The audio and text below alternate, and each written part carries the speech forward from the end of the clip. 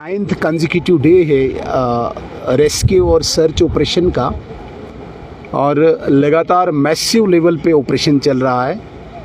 आपने देखा होगा स्पेशलाइज्ड मैन और मशीनरी ग्राउंड पे काम कर रही है। Different agencies under the command of army 17 RR rescue चला।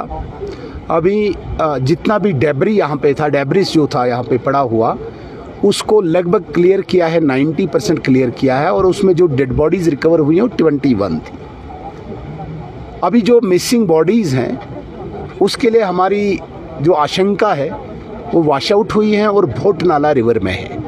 पिछले 4 दिन से लगातार सर्च ऑपरेशन जारी है।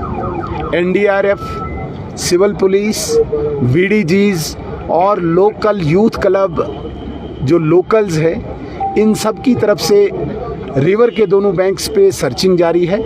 केवल 2 बॉडीज़ ही रिकवर करने में हम अभी तक कामयाब हुए हैं। अभी चूँकि आपने सुना होगा ब्लास्टिंग भी कंटिन्यूसली जारी है, तो ले दे के मैसिव लेवल का एक सेटिस्फैक्ट्री रेस्क्यू ऑपरेशन जारी है।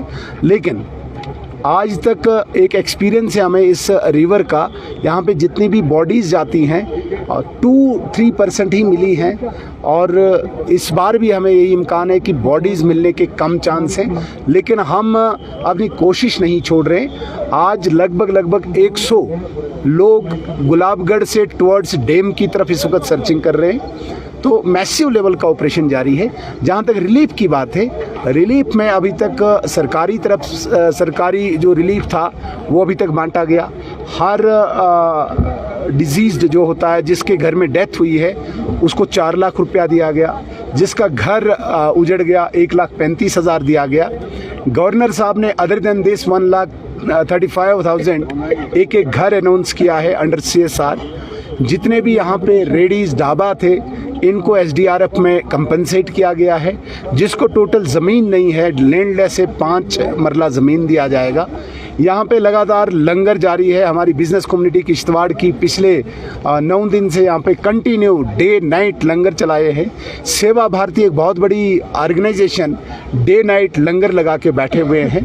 तो कहीं पे भी कोई कमी नहीं है, लेकिन जो जाने गई है वो वापस नहीं आ सकती हैं, उसका हमें मलाल है।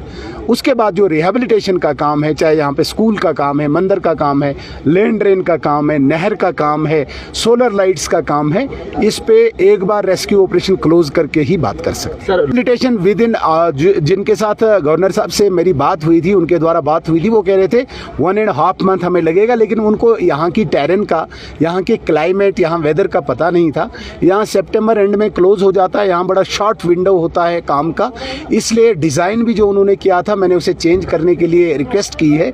जो उन्होंने घर डिज़ाइन करने के लिए बोला है, अब यहाँ पे यहाँ की टेरेन को देखते हुए, मौसम को देखते हुए यहाँ पे डिज़ाइन चेंज कर रहे हैं। तो बहुत जल्दी अभी हम फाउंडेशन डालने जा रहे हैं इन घरों की। जहाँ तक बात आती है अदर रिहेबिलिटेशन, जैसे नहर की बात है, जहाँ पे लैंड ड्रेन की बात है, पानी बिजली विदिन 24 आवर्स हमने रेस्टोर किया।